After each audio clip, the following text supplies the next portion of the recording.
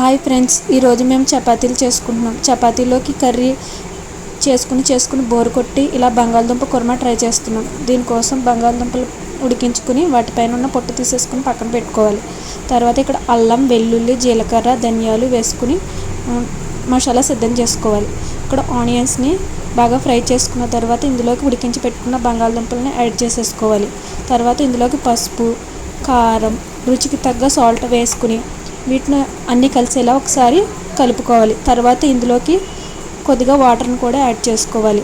Add చేసుకుని తర్వాత ఇక్కడ నేను చూపించిన మసాలాలు మిక్సీ పట్టుకొని కర్రీ దగ్గరికి వచ్చేస్తున్నప్పుడు ఈ మసాలా ఇందులోకి యాడ్ చేసేసుకోవాలి. యాడ్ చేసుకుని ఒక 2 minutes ఉడికించుకుంటే మనకి కర్రీ అనేది ప్రిపేర్ అయిపోతుంది. ఈ కర్రీ చపాతీల్లోకి చాలా టేస్టీగా ఉంటుంది, అలాగే రైస్లో కూడా బాగుంటుంది.